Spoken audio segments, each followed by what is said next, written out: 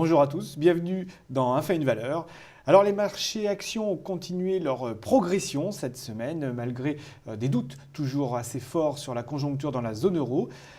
Mais on a beaucoup parlé d'un autre sujet qui déchaîne les passions et qui concerne tout le monde. Il s'agit de la dette, Isor. Alors, on a décidé, dans la fin de valeur, de relever les compteurs. Absolument, on va regarder quelques chiffres. Alors dans l'Union européenne, la dette s'élève à 11 000 milliards d'euros, ce qui représente à peu près 20 000 euros par habitant.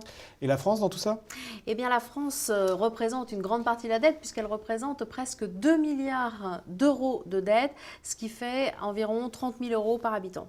Alors, les États-Unis ont voté leur relèvement du plafond de leur dette pour une période de 4 mois. Où en sont-ils exactement? Eh bien, eux aussi sont de mauvais élèves au niveau de la dette. 16 000 milliards de dollars de dette aux États-Unis. Alors là, je dis bien en dollars. Alors, on a fait une petite conversion en euros. Ça fera à peu près 12 000 milliards d'euros. Et ça représente 40 000 euros par habitant. C'est donc quand même sensiblement plus qu'en France. Restons dans les milliards pour aborder une valeur. Eh bien oui, on va essayer de voir un petit peu plus loin avec Essilor. Essilor qui se développe dans les pays en forte croissance.